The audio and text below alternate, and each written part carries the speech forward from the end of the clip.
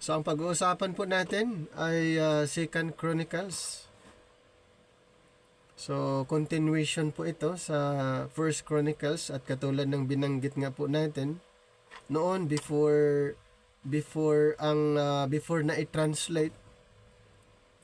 na i-translate po ang Hebrew to Greek, ang wala po talagang Chronicles. Ito ay sa time ni Jerome the Translator, kaya mayroong tinatawag Jerome Vulgata.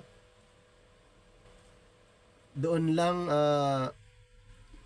ginamit itong Chronicles. But before Jerome the Translator, na tinawag na Chronicles, bago doon ay wala pa pong Chronicles. At ulitin ko po, ang Chronicles ay naisulat under the Time Pass program at mayroon tayong mga makukuhang aral, learning. Kaya nga si Apostle Paul, siya yung nagsabi na ang mga naisulat noon, ito'y isinulat para tayo ay matuto. Dito sa Romans 15 verse 4, for whatsoever things were written aforetime were written for our learning, that we through patience and comfort of the scriptures might have hope. So ang mga naisulat noon under the Time Past program ay isinulat for our learning. So hindi po matatagpuan ang instruction para sa church, the body of Christ, under that program, dahil ang instruction ay directly given to the nation of Israel. Sa madaling salita, ang mga naisulat before the revelation of the mystery, mga naisulat bago tinawag si Apostol Pablo na maging apostol ng mga Hintil, isinulat para sa Israel. Kaya yung Genesis to Malachi ay naisulat hindi para sa church, the body of Christ. Ito'y isinulat para sa pinili na nasyon, pinili ng Diyos na nasyon, ang tawag Israel. Maging ang Mateo, Mark, Luke, and John ay isinulat para sa bayang Israel. And then yung Hebrews to Revelation, ganun din po isinulat para sa bayang Israel. So ano ang mga sulat na naka-address para sa church, the body of Christ? Ang sulat ni Apostol Pablo, 13 epistles.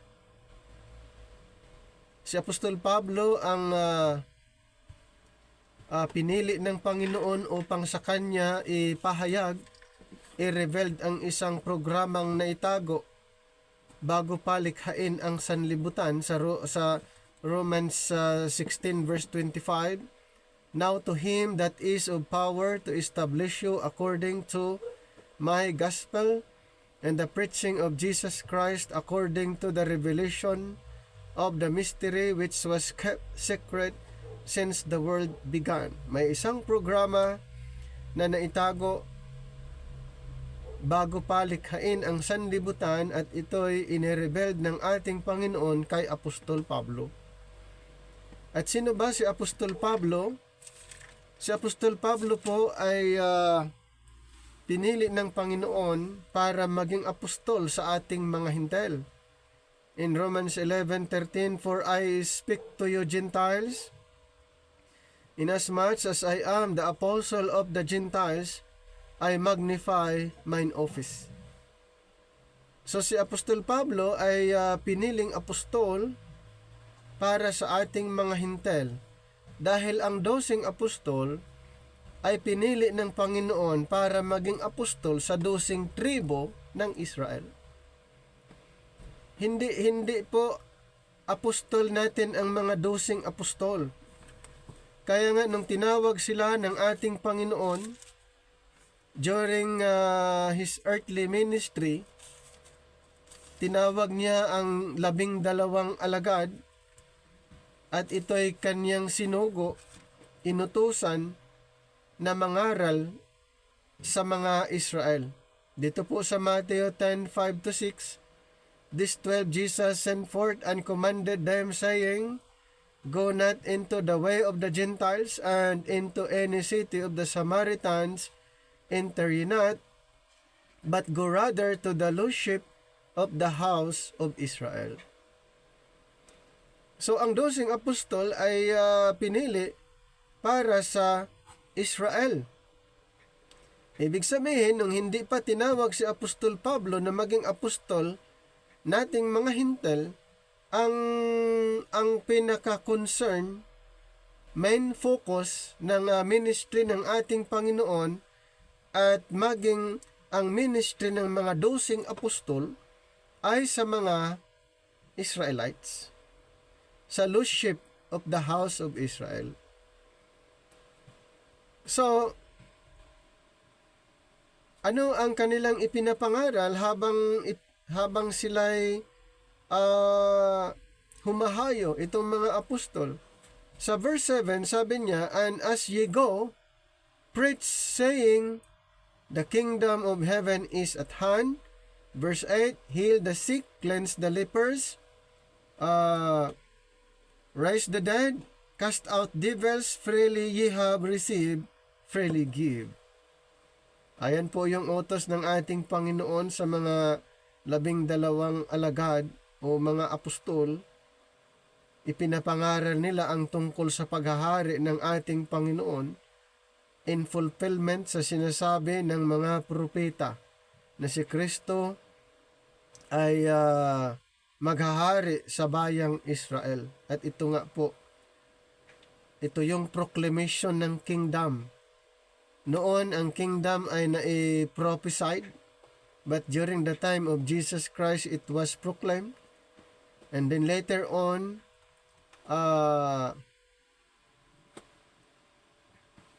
ibinigay niya ang command or inutusan din niya ang mga apostol para ipangaral din ang tungkol sa kaharian.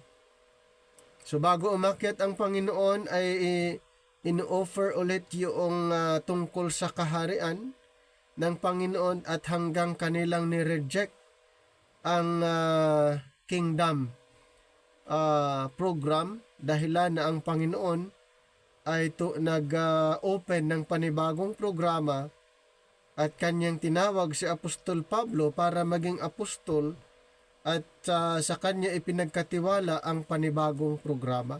Ano yung bagong programa na yon? Yan po ang dispensation of grace. Sa kanya inirevealed ang mystery, ang dispensation of grace ayon sa Ephesians chapter number 3, 1-4. Ephesians chapter 3. Ito po.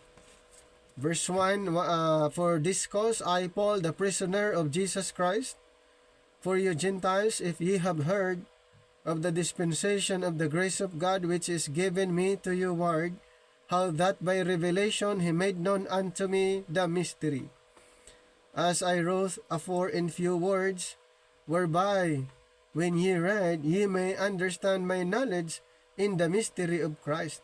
So kanino po inirevealed ang dispensation of grace? Kay Apostol Pablo.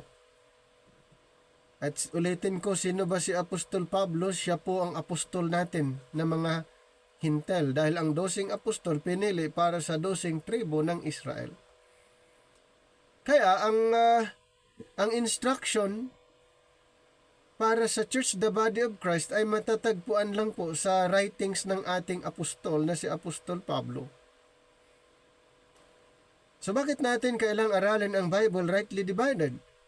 Para po hindi mag-mix yung teaching. Sa Bible po ang daming aral. Sa Biblia po ang daming katuruan. Pag hindi natin gamitin ang rightly dividing ayon kay Apostol Pablo, mahihirapan po tayo kung anong katuruan or instruction na dapat nating sundin. Ang daming turo sa Bible, without right division, kahit saan-saan lang po tayo kumukuha ng mga verses tapos aangkinin natin, ipapangaral natin sa ating mga tinuturuan na hindi natin inaaral ng maayos ang versikulo na ibinabahagi natin. So ngayon po ay magiging maingat po tayo. Kailangan po natin na ang ating ipapangaral ay ang sigurado na po. Hindi yung naghahalo. Ang turo ng mga 12 apostol ay hindi po pwedeng angkinin na turo din para sa atin. Kaya nga ang Panginoon pumili ng isang apostol na si Apostol Pablo, na siya yung apostol para sa atin, at kung ano yung instruction niya, yun ang susundin natin. At ayaw niya na magturo tayo ng iba maliban doon sa kanyang itinuturo. Kaya napaka-stricto ng apostol natin na si Apostol Pablo dito sa Galatians 1:8-9, but though we or an angel from heaven preach any other gospel unto you than that which we have preached unto you, let him be accursed. As we said before, so say I now again, if any man preach any other gospel unto you than that ye have received, let him be accursed. Hindi pwedeng magturo ng ibang katuruan. Dapat ang ating ipapangaral kung ano yung instruction na natanggap ni Apostol Pablo na apostol nating mga Hintel, yan lang po ang ating ipapangaral. Nandito po ang instruction para sa atin. Hindi po kahit saan-saan kumukuha ng mga instruction na hindi po directly address sa church, the body of Christ. Kaya nga maraming nagtuturo during his time ng tungkol kay Kristo, pero iba naman sa kanyang itinuturo. Sa 2 Corinthians chapter 11 verse 4, for if he that cometh preach another Jesus whom we have not preached, or if ye receive another spirit which ye have not received, or another gospel which ye have not accepted, ye might well bear with him. Sinasabi niya dito, kung may mga darating sa inyo, magtuturo patungkol kay Kristo, at iba naman ang kanyang pangangaral. At sinabi pa niya, kung may magturo tungkol sa Espiritu na iba din sa ipinapangaral ni Apostol Pablo, at tungkol sa Ebanghelyo na iba sa ipinangaral niya. Anong sabi niya sa verse 13? For such are false apostles, deceitful workers, transforming themselves into the apostles of Christ.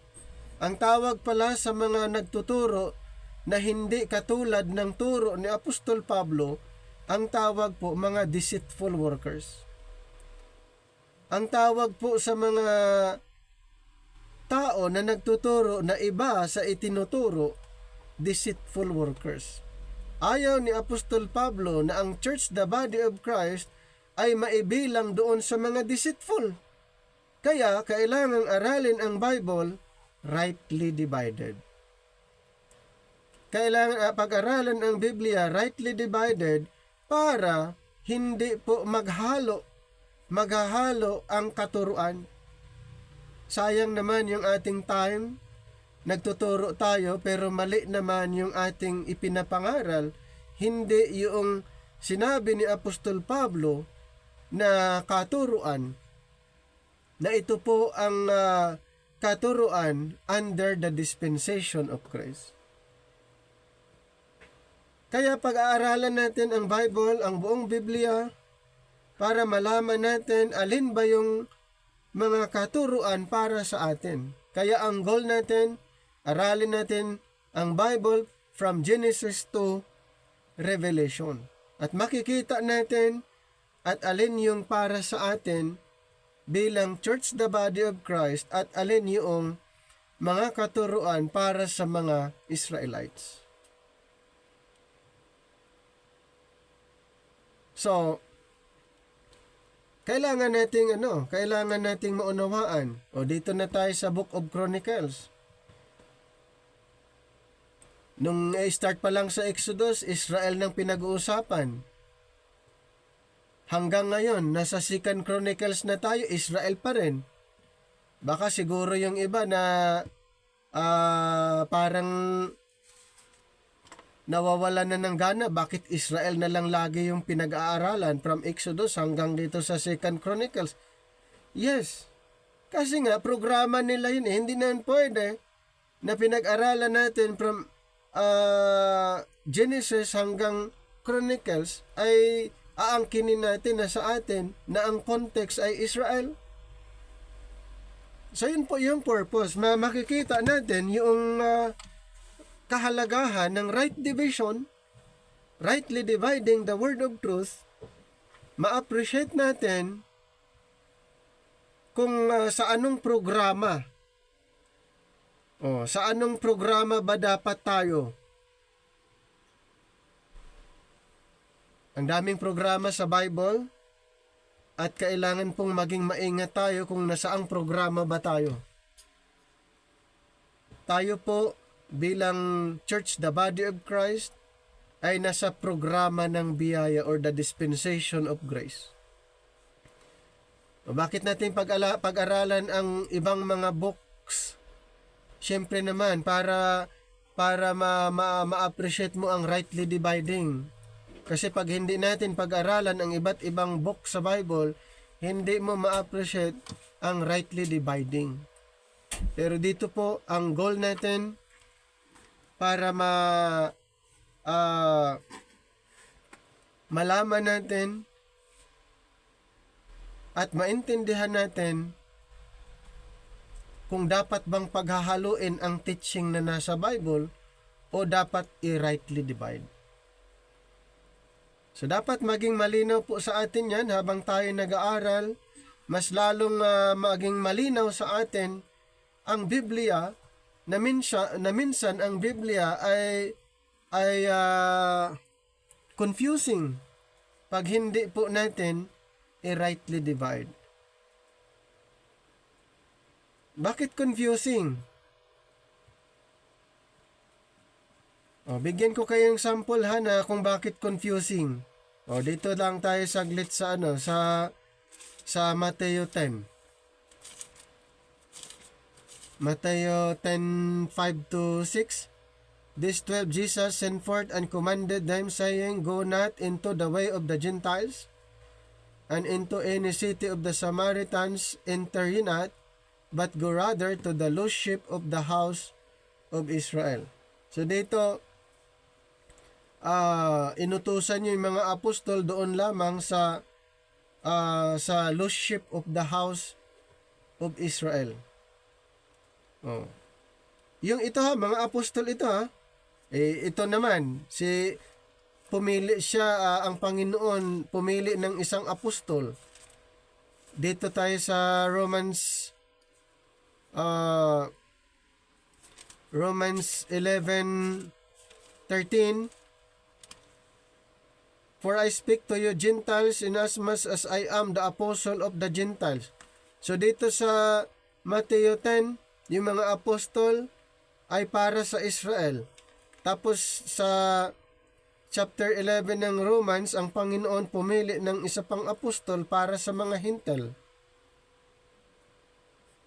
Yung doon natin makikita na nasaan ba tayo dito? Dito ba tayo sa Matthew 10 o sa Romans 11? Malinaw, sa Romans 11 tayo ay mga Hintil. So ang apostol natin ay si Apostol Pablo, hindi yung 12 apostol. Ang mga 12 apostol ba ay nagtuturo? Yes. Sino ang tinuturoan nila? Israel. Pwede ba nating angkinin yung itinuturo nila? Hindi. Bakit hindi? Meron na nga tayong apostol si Apostol Pablo. Kung ano yung natanggap ni Apostol Pablo na turo, yun yung katuruan para sa atin. Yun yung point doon na kailangan i-rightly divide.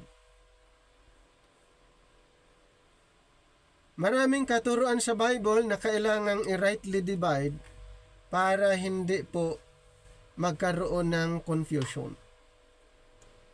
Sasabihin ng iba, bakit kasi i-rightly divide? Siyempre, turo nga yun, instruction. 2 Timothy 2:15, rightly dividing the word of truth. So marami po sa Bible na kailangang i-rightly divide. Kaya yun ang dapat nating pag-aralan.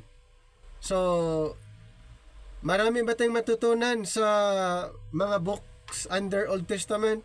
Yes, for learning purposes.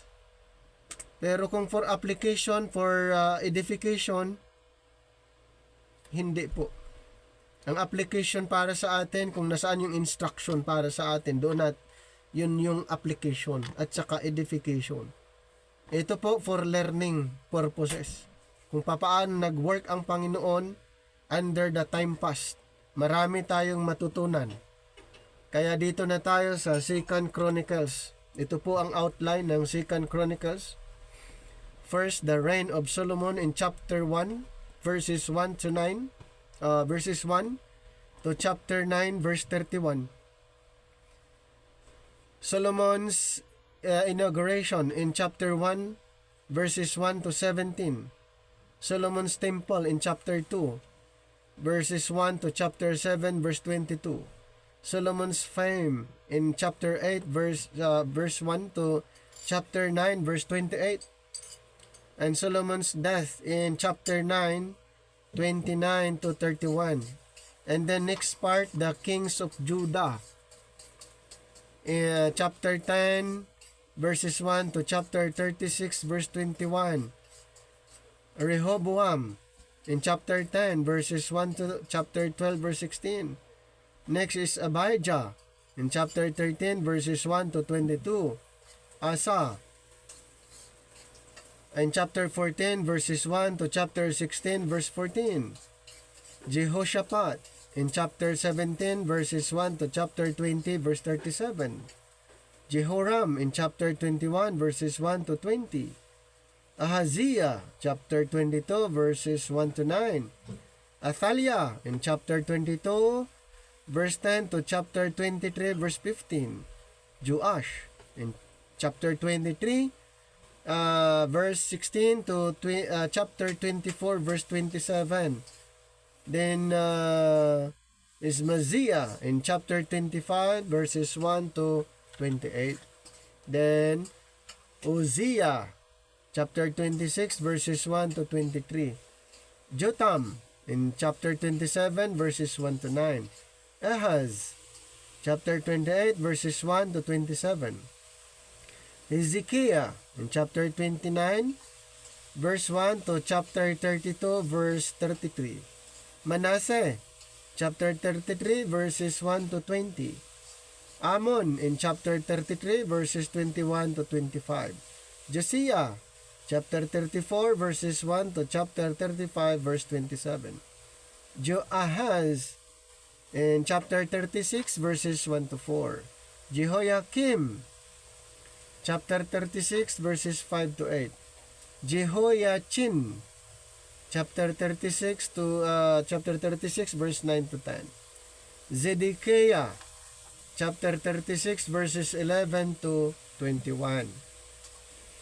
And then part 3, the decree of Cyrus in chapter 36, 22 to 23. So, sino yung last king sa Judah before the captivity? Zedekiah. So, here, First and Second Chronicles ay may comparison sa First Chronicles, ito po yung God's view. Chosen genealogies in chapter 1 to 9, and then Saul in chapter 10, chapters 11 to 29, David and the temple. And then how about sa Second Chronicles? Sa Second Chronicles, mayroon pong mayroong rejection, revival, and restoration. In chapters 1 to 9, ito po yung glory na nasumpungan ni King Solomon. But later on, sa chapters 10 to 36, ano pong nangyari? Nagkaroon ng rejection, revival, and then restoration. So, ganun po ang scenario dito po. Kaya sa Second Chronicles ay more on rejection, revival, and restoration. Pero ito naman nakafocus lamang sa Judah. Okay? Nakafocus lang po ito sa Judah ang Second Chronicles. Dagdag pa natin yung 1 Samuel to 2 Chronicles. So the kingdom o the kingdoms of Israel and Judah. So in 1 Samuel to 2 Samuel, ang kingdom ay united. Ibig sabihin, iisa lang ang kingdom. United Kingdom. So, during the time of King Saul, ang Israel po hindi pa divided. And then, during the time of David, hindi rin po divided ang kingdom. And then, merong transition during the time of King Solomon.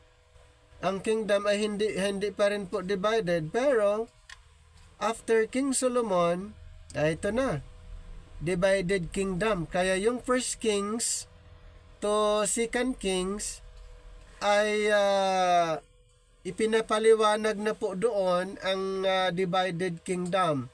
Kaya mayroong tinatawag na Southern Kingdom and Northern Kingdom. So dito po sa Judah, ito po yung list ng mga king sa Judah. Yan, kings of Judah. Una si Rehoboam, Abiham, Asa, Jehoshaphat, and then kings of Israel. Ang una si Jeroboam, Nadab, Naasha, Ela, Zimri, Omri, Ahab. And then yung propeta dyan si Elijah. Then move tayo doon sa Second Kings. Kings of Judah ulit. Kings of Judah, more on nakafocus itong ayan, yung sa Second Kings. Sa First Kings, yung Kings of Judah and Kings of Israel. Pero pagdating sa Second Kings, more on nakafocus ang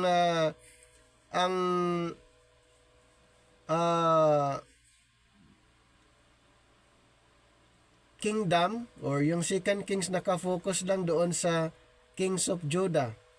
Yan, si Jehoshaphat, Jehoram, Ahaziah, Athaliah, Joash, Amaziah, Uzziah, Jotham, Ahaz, and Hezekiah. Then after that, ayan na po yung Assyrian captivity. Assyrian captivity yung sa Israel during the time of Elisha. So kings of Israel, si Ahaziah and Hosea, then the captivity. So sa kings of Judah pa rin tayo, Hezekiah, Manasseh, Amon, Josiah, Jehoahaz, Jehoiakim, Jehoiachin, and then Zedekiah. Then after that, Babylonian captivity. Yan, siya na yung last. Zedekiah, siya na yung last. And then, captive na sila sa Babylon. Ilang years sila sa Babylon? Itong sa Judah, 70 years. Sinira ni King Nebuchadnezzar ang temple at saka yung wall of Jerusalem, and then the streets at yung iba sinunog, and then lahat ng remnant dinala niya bilang captive doon sa Babylon. Ngayon, sa First Chronicles, ayan, pinag-uusapan natin more on genealogies ang issue doon sa First Chronicles, the reign of David. Then, ang Second Chronicles naman ay related dito sa First Kings, Second Kings, more on history of Judah to the captivity. Yung Second Chronicles ay history of Judah to the captivity. Ayan.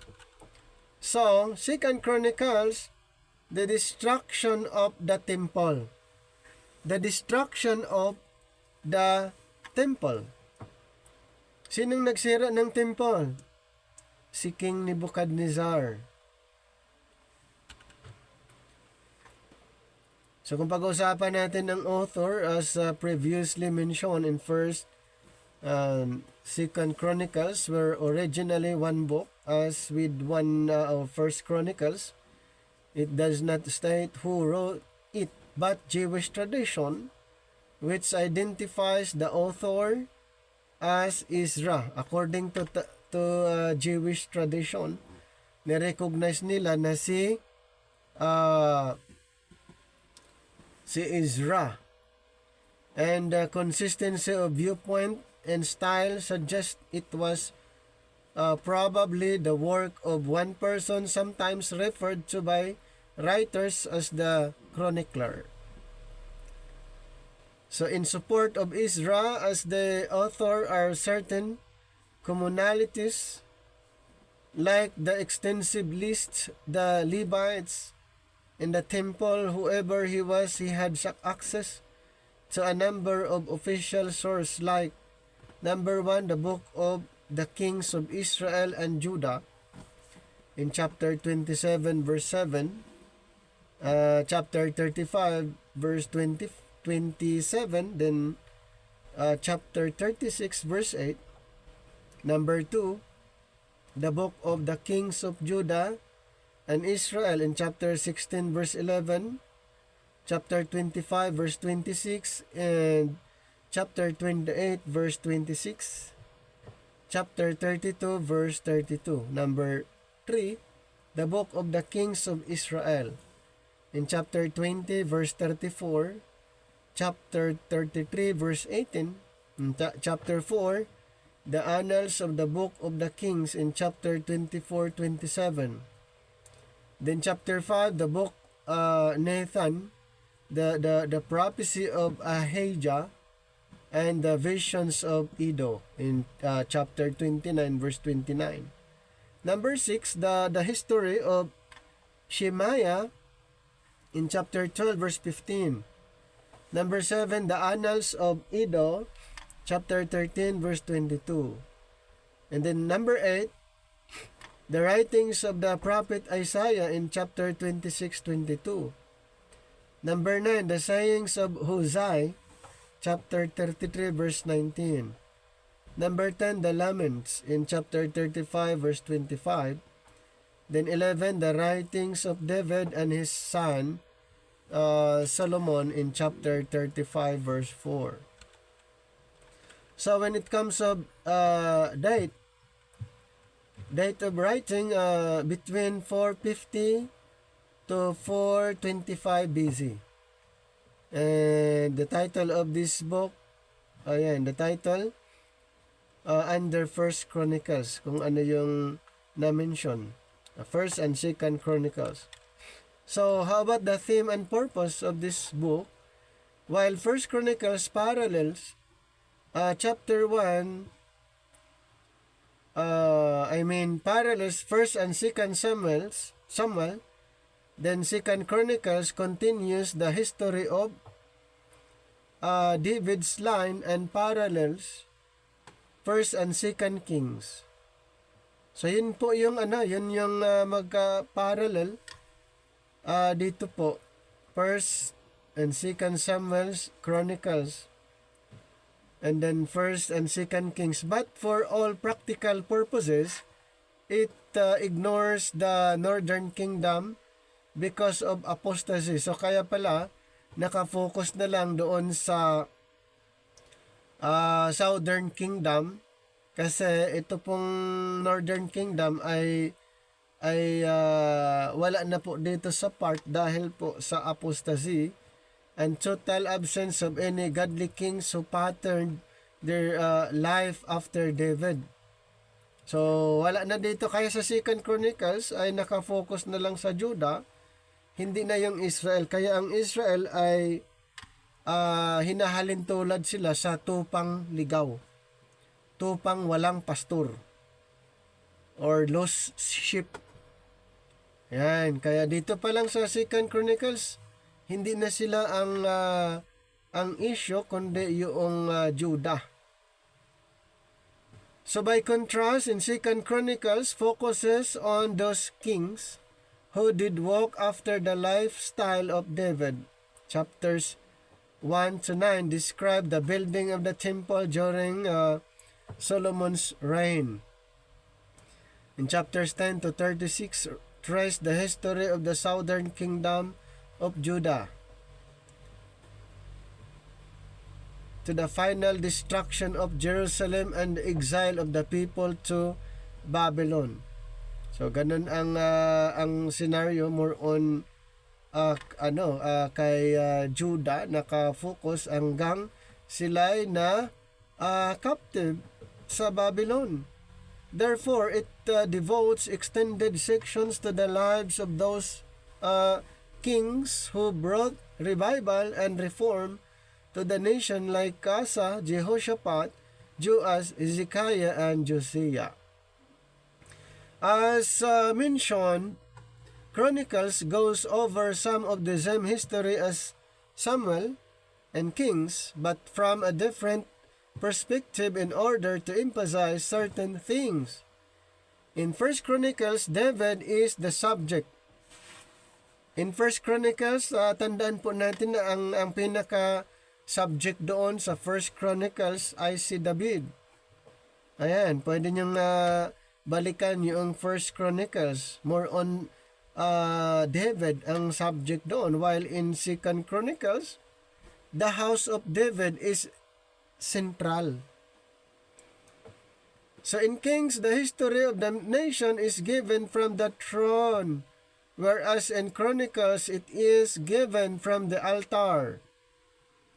So in Kings, the palace is central. But in Chronicles, the temple is prominent. Nakita niyo po yung kaibahan. Sa First Kings, ang pinaka-central doon yung palace. Pagdating sa Chronicles, the temple. So in Kings, the focus is on the political history, while in Chronicles, the focus is to the religious spiritual elements of Israel's history. So nakikita niyo po yung focus. Magkakaiba po doon sa First Kings ay more on doon sa political. Ayan, sa political history. Pero doon sa Chronicles ay tungkol naman sa tinatawag na spiritual elements of Israel's history. Then Chronicles is more than simply an historical record. It is God's commentary on the spiritual characteristics of David's dynasty. Because of this, the focus is on the kingdom of Judah, the southern kingdom, where there were revival and godly kings in David's line, and why the northern kingdom with no godly kings is basically ignored. O naaalam nyo na yung reason kung bakit sa 2 Chronicles doon na lang nakatuon sa Judah. Ang reason kung bakit nakatuon na lang doon sa Kingdom of Judah, dahil unang-una nandoon yung maraming mga godly kings sa line ni David, pero doon sa Israel's kingdom wala nang godly doon, kaya inignore na lang at nakafocus na lang ang Panginoon doon sa line ni Judah. Okay? Kaya nga ang Israel, sila yung lost sheep na ano din sa Jeremiah 3, sila yung mga backslider. Na-describe doon, ma-emphasize din natin yan pagdating sa book of Jeremiah. So, yan ang reason, nagiging ungodly ang Israelites, ang Israel's kingdom, kaya dahilan na ang Panginoon ay nag-focus na lang doon sa Kingdom of Judah, na kung saan maraming king na godly. At doon din sa galing sa line ni David. Pag-usapan natin ang keywords reference to the house of God, and the priests occur often for this reason. The keyword conceptually is the priestly perspective of Judah. How about key verses? Actually, marami po.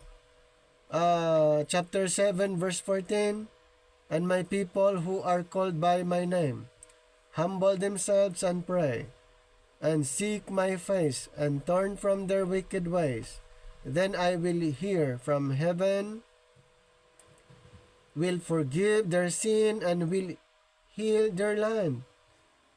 And then chapter 16 verse 9, for the eyes of the Lord move to and fro throughout the earth, that he may strongly support those whose heart is completely his. You have acted foolishly in this. Indeed, from now on you will surely have wars. And then key chapters. So the chapters covering the reforms of godly kings are key chapters in the way they illustrates the promise of chapter 7 verse 14. And then pwede rin nating tignan sa chapter 34 and the reforms under Josiah, when the book of the law was found, read, and obeyed. At pwede rin nating i-consider ang key people, sila Josiah, Rehoboam, at si Solomon. Paano natin makikita ang Mesias dito sa Chronicles? So may mga tinatawag na personification or typology. So here, the throne of David has been destroyed, but the line of David remains. So nasira yung temple, yung throne of David sinira ni King Nebuchadnezzar, 'di ba? Yung dinala sila sa Babylon, sinira ni King Nebuchadnezzar, pero yung David's line remains. Murders, treachery, battles, and captivity all threaten the messianic line, but it remains clear and unbroken from Adam to Zerubbabel. The fulfillments in Christ can be seen in the genealogies of Matthew chapter 1 and Luke chapter 3. So doon po natin makikita yung genealogy. So the temple, which is so prominent in 2 Chronicles, is a beautiful portraits of Christ. In Matthew 12:6, John 2:19, and Revelation 21 verse 22. Why is 2 Chronicles so important? The book opens with Solomon establishing his throne over a unified nation, solidifying his authority and squashing early rebellions. 1 Kings chapter 2. And he then built the magnificent temple of God using the plans God gave to his father David. 6 of the 9 chapters devoted to King Solomon focus on the temple construction, a task reserved for him since before his birth. In 2 Chronicles chapter 2 to chapter 7. So when the kingdom split under the rule of Rehoboam, ito na po na-divide na. Kumbaga, after King Solomon na po ito, kingdom split under the rule of Rehoboam, Solomon's son. So the Levites from all over Israel sided with Rehoboam and flocked to Jerusalem to continue their priestly duties. In chapter 10, verses 1 to 19, but a cycle of righteousness and corruption characterized the throne. Some kings were completely evil, disregarding God's law and leading the people into sinful behaviors. Kaya nakadepende po sa king. Ganito po ang nangyari na corrupt. Yung righteousness ng pang hindi na-maintain. At yung mga ibang hari, sila ay masama. At siyempre, hindi na nila sinusunod ang kautusan ng Panginoon. At dahil diyan, ang mga tao ay makasalanan. Yung mga Israelites ay, yung mga actually Judah, makasalanan na po. Dahil hindi na nila na-maintain, sinusunod kung ano yung nakasaad sa kautusan. So a few kings, such as Solomon, started off as righteous. O nag-start na sila righteous pero nagtapos na masama, but fell away. Others strayed but repented, such as Manasseh in chapter 33 verses 1 to 25. A few kings such as Hezekiah and Josiah were honored with the epitaph, "He did right in the sight of the Lord." So, sino po yung mga na-acknowledge dito na sumunod sa ating Panginoon? Si Hezekiah and Josiah. In chapter 29 verse 2, 34 verse 2. So, throughout 2 Chronicles, faithfulness was rewarded, betrayal was judged. A history lover will enjoy the numerous mentions of secular historical figures during this time period, from Telgasth-Pilneser of Assyria to Sennacherib of Assyria to Nebuchadnezzar of Babylon.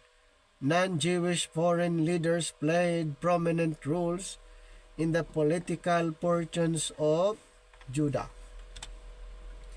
So what's the big idea? So the post-exilic Jews, ito po yung after the exile, post-exilic, ibig sabihin after the captivity, Jews needed a reminder of who their God was and how He worked.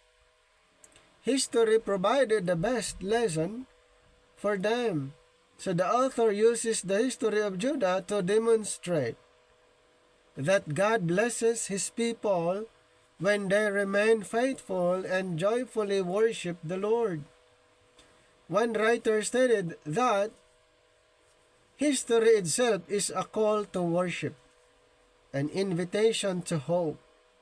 So if the struggling community of Jews in Judah will put God first, as did godly generations of the past, and show their commitment by a similar zeal for worship, and the Lord will surely show his faithfulness to them. So the line of David will yet again take Zion's throne, and the kingdom of God be established over all the earth.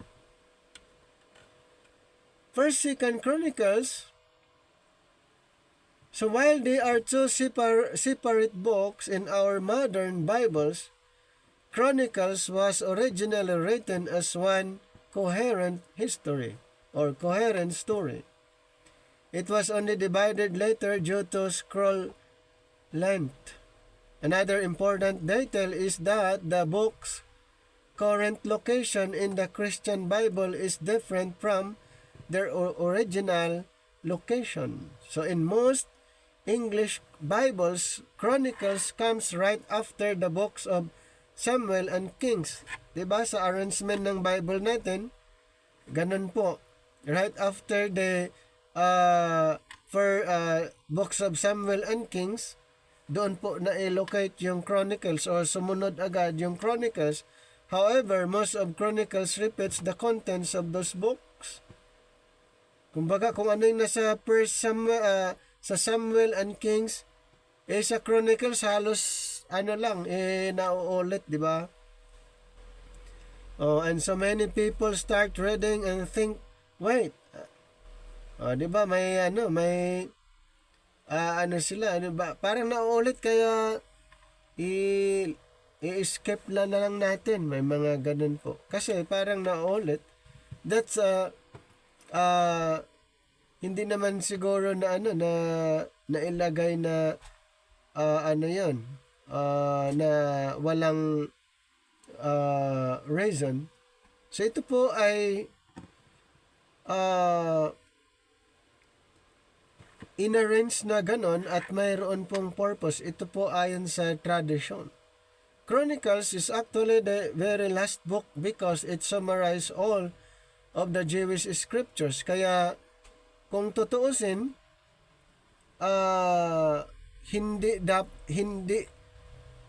hindi nailagay doon sana kung i-arrange, kung ulitin nating i-arrange, dapat doon siya sa last, hindi yung Malakay. Kung tutuusin, bakit?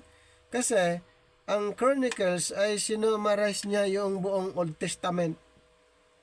Kaya kung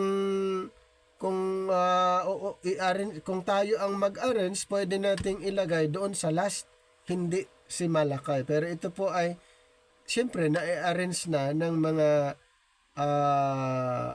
Bible scholar na ganun ang arrangement. Pero kung pag-aralan natin, dapat ang Chronicles yung ilalagay sa last part, hindi yung Malakay.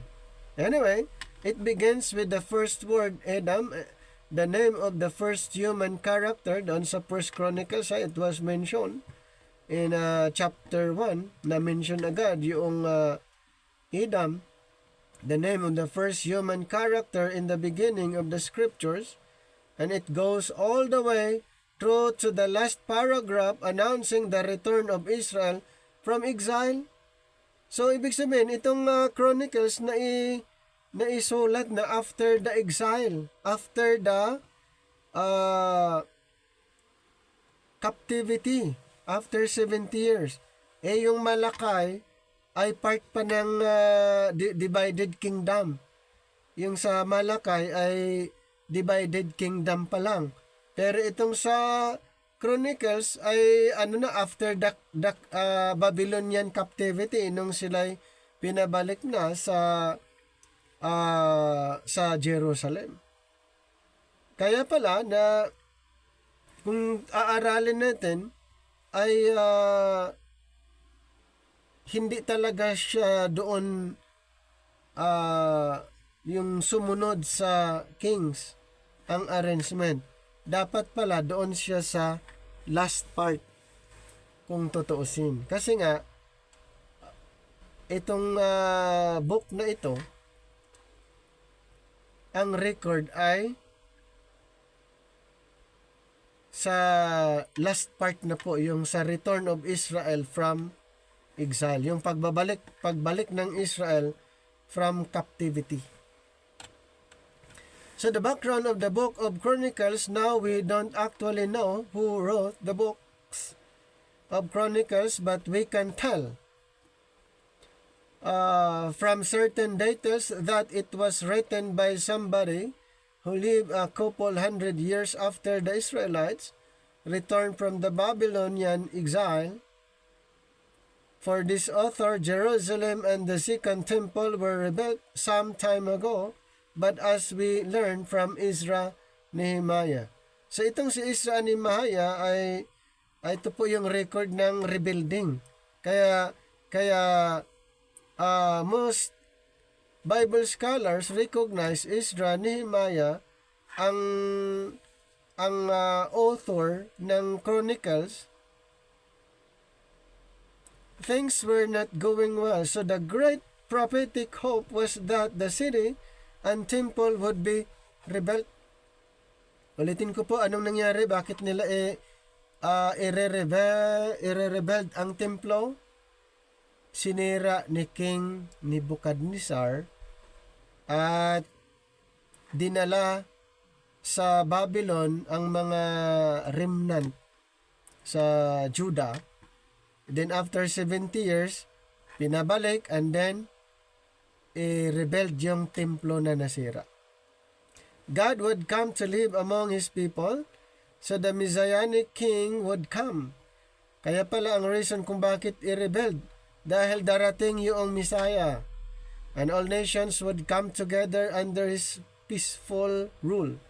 It was very clear to everyone in Jerusalem, including this author, that none of this had happened yet. Kahit yun yung reason kung bakit i-rebel, dahil darating yung Messiah. So yun yung yun ay preparation. Pero syempre hindi pa po nangyari. In response, the author of Chronicles has shifts the ancient stories of David and Solomon from the past to provide a message of hope for the future. So the books have been designed to emphasize two clear themes: the hope of the coming Messianic King and the hope for a new temple. So may dalawa, the coming of the Messiah, and then hope for a new temple. So ito na po yung sa millennium. Yung Messianic King referring to Christ sa millennium na rin. Ayan. First Chronicles chapters 1 to 9, the genealogies of kings and priests. First Chronicles begins with 9 chapters of genealogies, long lists of names and family lines. While you read this, you may think that it's all very boring, which is kind of true, but these chapters are actually really important.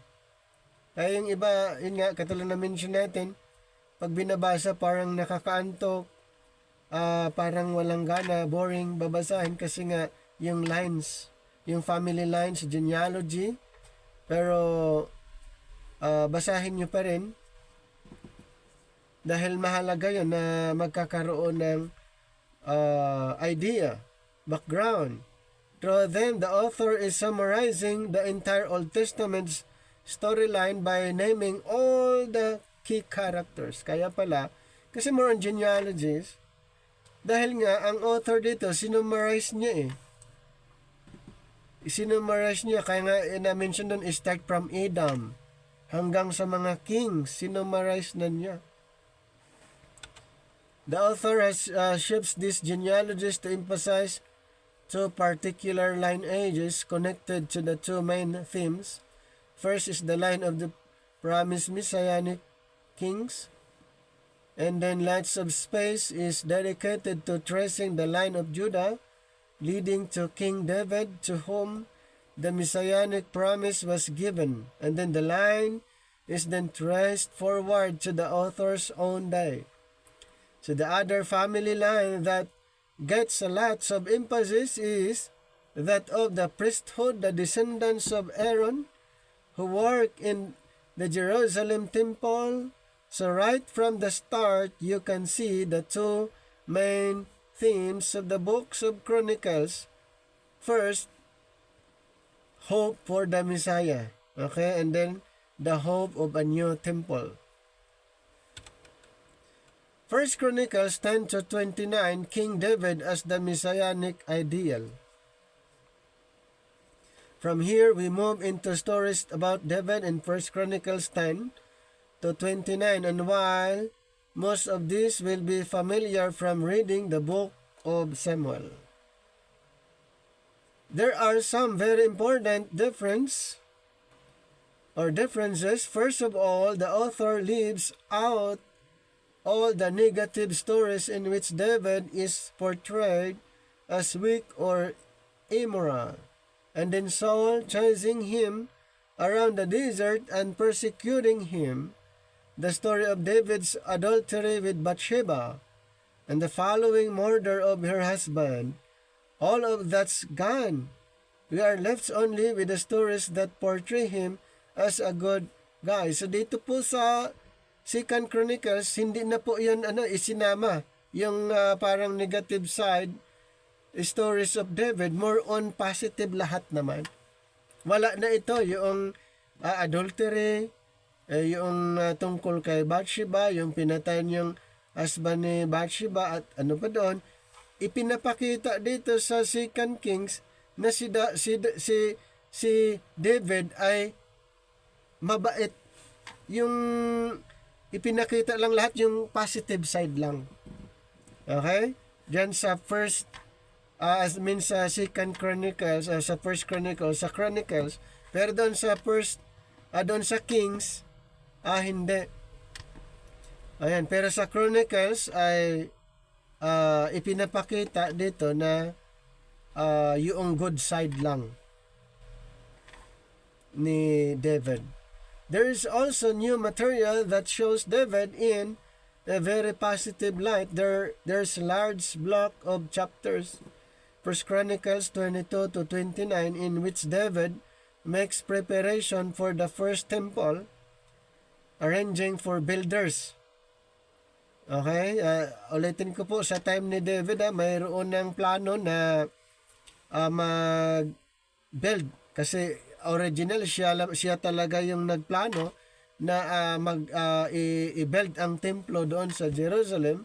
So mayroon na pong preparation, mayroon ng arrangement, may mga builders na, Levites and choirs. So the author even goes so far as to portray David as a figure like Moses. Like Moses. Di ba si Moses, natanaw na lang niya yung Canaan, yung promised land, pero hindi siya nakapasok. Si David, ganun din, na figure, nakita na niya kung ano yung hitsura ng temple, na picture na niya. Pero hindi siya nakapasok doon. Si Solomon na yung na nag-build. Pero nakita niya na ganon, mayroon ng blueprint. Alam na niya, instruction, very clear. So, God gives David the plans. Mayroon ng plano, may blueprint for building the temple, just as He gave plans to Moses for the tabernacle. So, ganon din. So, yun yung scenario kay Moses, David. Kay Moses, mayroon na siyang blueprint doon sa tabernacle, kaya na-build. At the same time, na nakita na niya, pero hindi lang siya nakapasok. Si David, ganun din, may instruction para i-build yung temple na i-picture na niya, pero hindi siya nakapasok din doon. So, yun yung tinatawag contrast. So, why is there all this new material about David? The author is certainly not trying to hide David's flaws. He knows that anyone can go and read about them in the books of Samuel. Doon lang naman po talaga maunawaan yung background kay David doon sa Samuel. Kaya dito, more on good side ang mababasa natin sa Chronicles. It seems instead that the author is trying to portray David as an ideal king in order to create a narrative prophecy that points to the image of the future Messianic King. May reason kung bakit yung good side lahat ang ipinapakita dito sa Chronicles, dahil siya yung tinatawag na ideal king. In order to create a narrative prophecy that points to the image of the future Messianic King. Itong si David. So, this is very similar to the ways that Jeremiah and Ezekiel spoke of the coming Messiah as a new David. Ayan, ayon sa prophecy ito in Jeremiah 30 verse 9 and Ezekiel 37:25. So, Messiah, coming Messiah as a new David ay referring to our Lord Jesus Christ. Okay? Yun po yung prophecy na na-mention, a new David. Parang si David pa rin, pero actually ito po ay referring to the Lord Jesus Christ. This idea becomes clearer when you read the story of God's covenant promises or promise to David in 1 Chronicles 17. And then compare it to its earlier parallel in 2 Samuel chapter 7. So the author of Chronicles definitively highlights the fact that neither David, Solomon, or nor any of the kings from that line were the Messianic king. But when that Messiah does come, he will be a king like the idealized David of these stories. So for the author, these classic stories of David from the past are really glimpses into the future kingdom of God. And 2 Chronicles 1, chapter 1 to chapter 36, Judah's kings and finished story. As we continue into 2 Chronicles, we find a lot of overlap with 1st and 2nd Kings, but once again, there are a few key differences. So the author has left out all the stories of the kings in northern Israel and instead continues his focus on the line of David. So there is a lot of new material and stories about these Davidic kings. So the author specifically highlights those who were obedient to God and gained success and blessing. So the author also supplies new stories about kings who were unfaithful to God. So those who failed to follow the Torah and led Israel into idol worship faced horrible consequences and ultimately brought about the Babylonian exile. And it was all a mess of their own making. So this whole section becomes series of character studies for later generations. So the author wants all of God's people to learn from their family history and become faithful to their God and to the Torah. At katulad ng na-mention natin, ang Israel ay hindi na pinag-uusapan dito sa Chronicles. Hindi na sila yung pinaka-focus dahil halos lahat masasama ang king sa Israel, masasama lahat, kaya inignore na lang ng ating Panginoon, and then nakafocus na lang dito sa line ni David, yung sa regarding the Messianic line, yung line ng darating na Mesiyas. Doon na lang po nakafocus. Kaya ulitin ko po, ang description na ng Israel ay lordship, tupang ligaw, ayun, backslider. So yun yung mga description na sa kanila. So the book's conclusion is unique to at the very end of the book. Cyrus, the king of Persia, tells the Israelites that they can return from exile and rebuild the temple in Jerusalem. So during the time of King Cyrus, pinabalik ang Israel doon sa Jerusalem para ano ang gagawin? I-rebuild yung templo na nasira sa templo sa Jerusalem. Yung templo na nasa Jerusalem ay i-rebuild. He says, whoever there is among you of all his people, may the Lord his God be with him and let him go up. 2 Chronicles 36:23. That's actually how the book ends, with an incomplete sentence. It's even more awkward in Hebrew than in English. Now, of course, the author knows about the first return from exile and the stories of Ezra and Nehemiah. So dito po malalaman natin yung story regarding po sa pagbalik nila doon sa Jerusalem and then the rebuilding of the temple.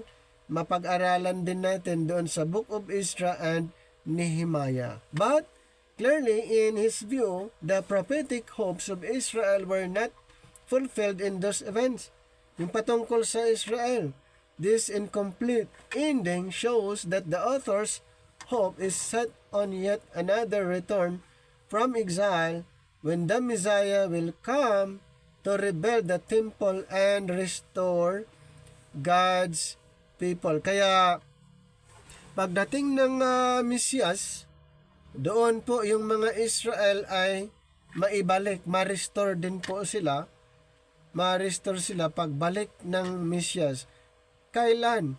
Sa second coming na po. Kaya lahat, sa second coming, Israel and Judah, ma-restored na po sila. Ma-restore. That time. So the books of Chronicles, that final books in the Jewish scriptures, and by pointing forward. Ito po yung Chronicles, the final books. Bakit final?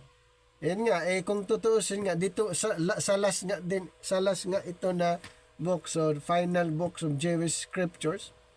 So the call upon God's people to look back in order to look ahead, because the past is the source of hope for the future. Chronicles concludes the Old Testament as a story in search of an ending.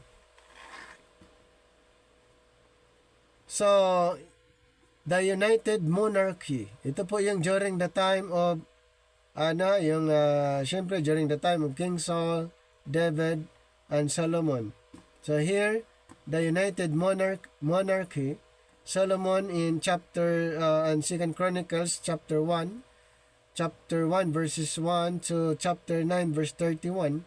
In Chronicles, the reigns of David and Solomon are seen as a unity, though this is obscured by the artificial split of Chronicles into two books. So the first part of Chronicles, 2 Chronicles, tells the story of Solomon as the chosen builder of the temple without reference to his other exploits, so familiar from 1 Kings.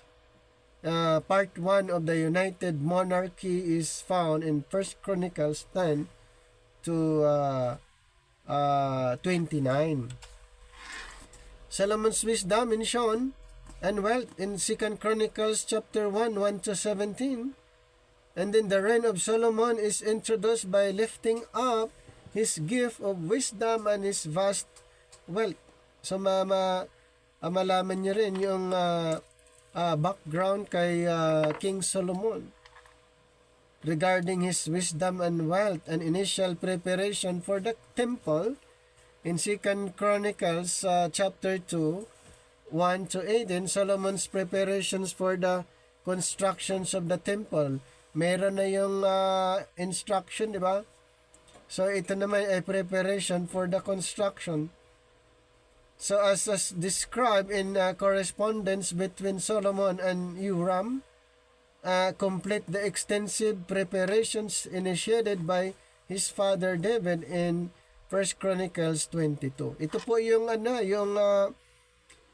pag-build pa lang ng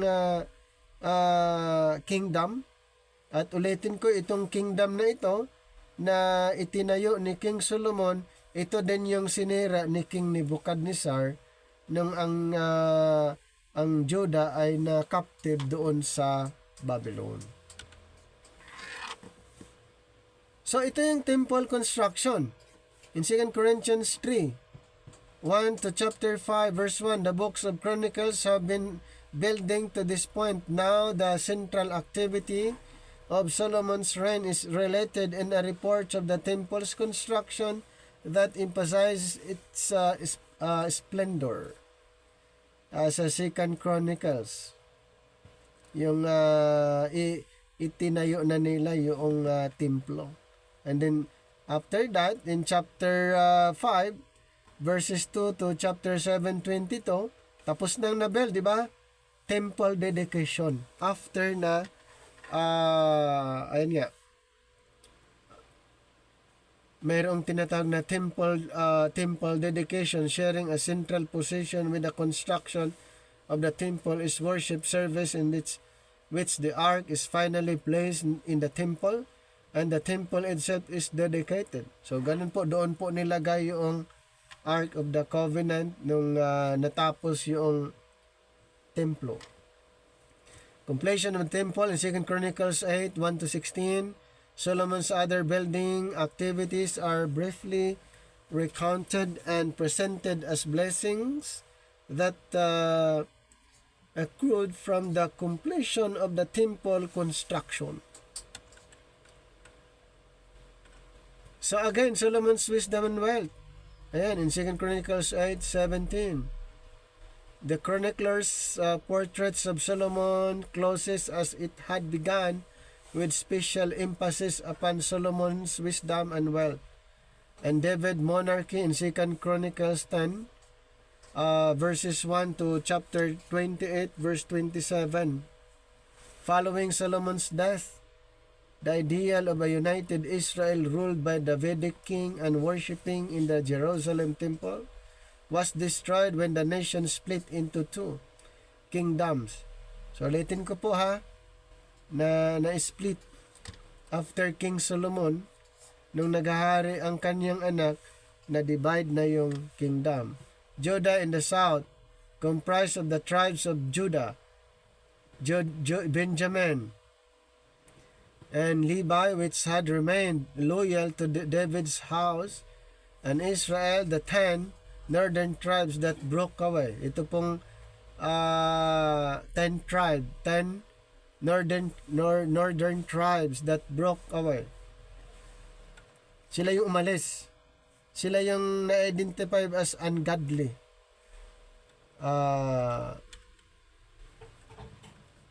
Ungodly kingdom. Or kings, ungodly kings. Yan, kaya sila ay hindi na na-mention after nung kinunclude na hiniwalay sila dahil hindi na nila na-maintain yung yung covenant, instruction, or yung mga laws. At humiwalay na sila, nagsumamba na sila ng iba't ibang God. So Rehoboam in 2 Chronicles 10:1 to chapter 12:16, after the death of his father Rehoboam failed to win ratification from the 10 northern tribes because of his arrogance, and according to 2 Kings, but not Chronicles, Solomon's apostasy, these 10 tribes broke away from the south and formed the northern kingdom of Israel with its capital in Samaria. Anong capital nila? Samaria. Anong capital doon sa Judah? Jerusalem. So, nag-iba.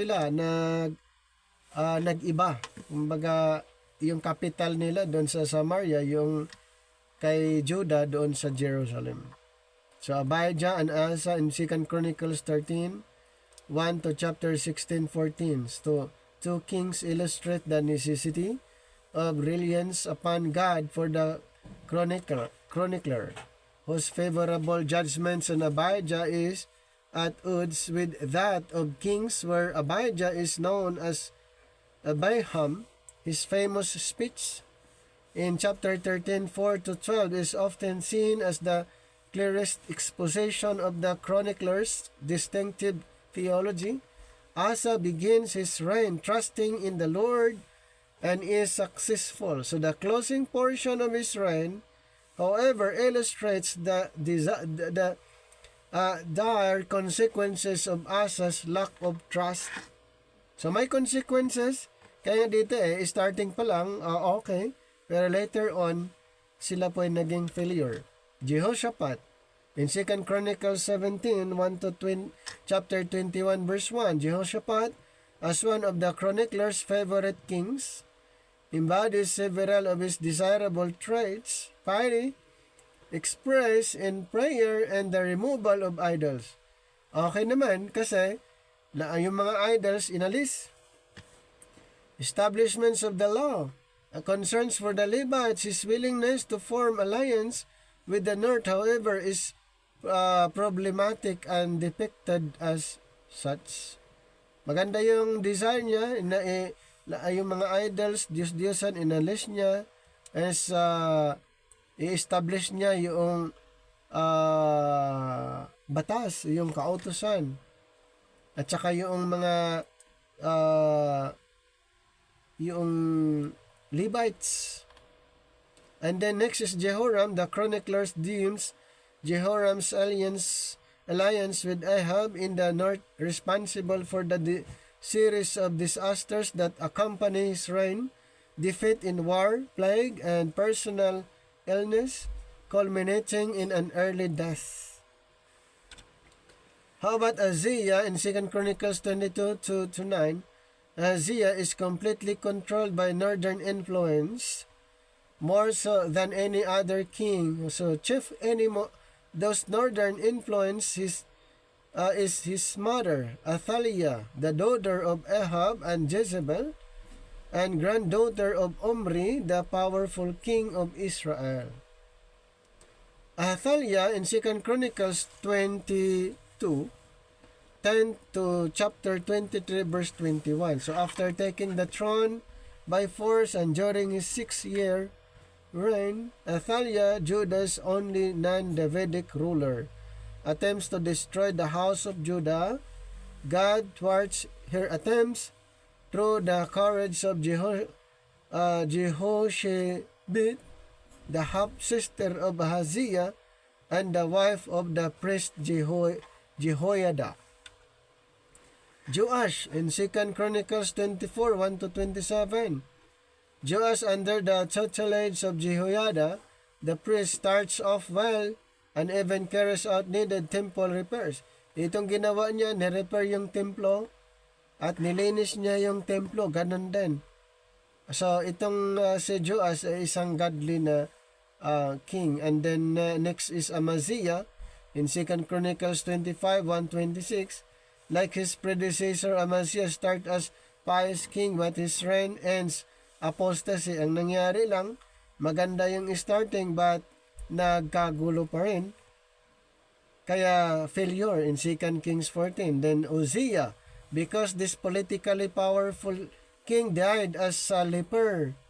The chronicler had suggested that his pride in taking priestly duties for himself accounts for his ignominious demise. Marami na mga king sa Judah nag-start sa maayos pero nag-end ng hindi maayos. So si Jotham naman, the brief reign of Jotham essentially reports his building activities. He is, however, a refreshing model of obedience and blessing. Next, Ahaz, 2 Chronicles 28, 1 to 27. In Chronicles, Judah sinks to its lowest point with the reign of Ahaz, not Manasseh, as in 2 Kings. So the reunited monarchy in 2 Chronicles 29, 1 to 36, 23. So following the fall of the northern kingdom of Israel to Assyria in 722 BCE, the divided monarchy came to a close. Hezekiah as a new David and Solomon unites the people once again. So sa pamagitan ni Hezekiah around the Jerusalem temple. Hezekiah in 2 Chronicles 29, 1 to 32-33, Hezekiah purifies the temple.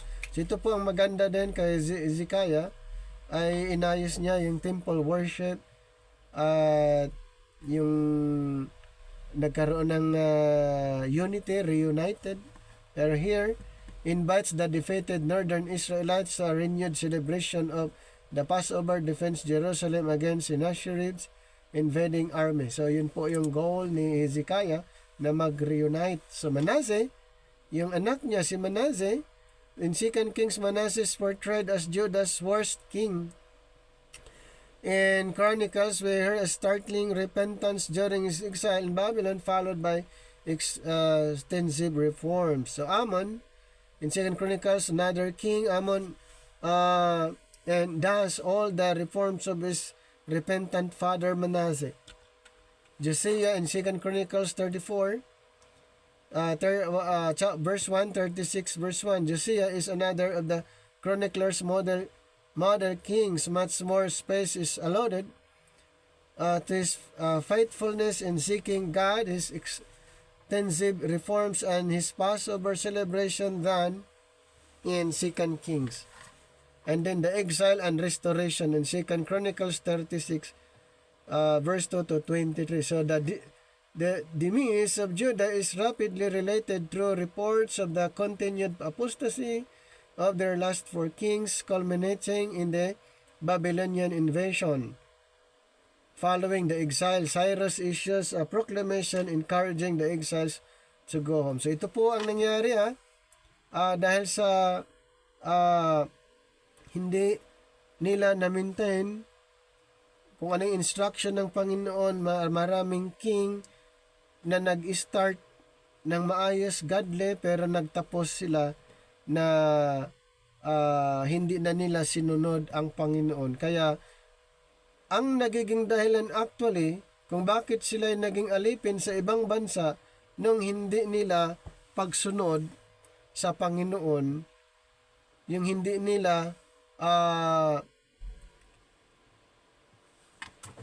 ginawa yung nais ng Panginoon at ginawa yung gusto nila. Lalong-lalo na pagsamba. Halos lahat ng king ang sinasamba nila yung ibang Diyos. Kaya ito po ang dahilan sila na-captive sa Babylon, sa Assyria, dahil po sa kanilang pag-disobey sa ating Panginoon. Pero still, ang Panginoon ay nangako after ng captivity nila, sila ay pinabalik sa kanilang lupain sa pamagitan ni King Cyrus.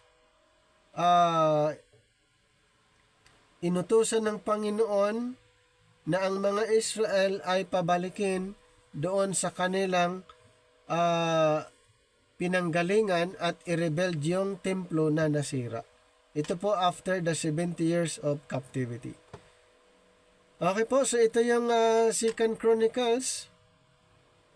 Sana po mayroon po tayong mga natutunan dito sa 2 Chronicles.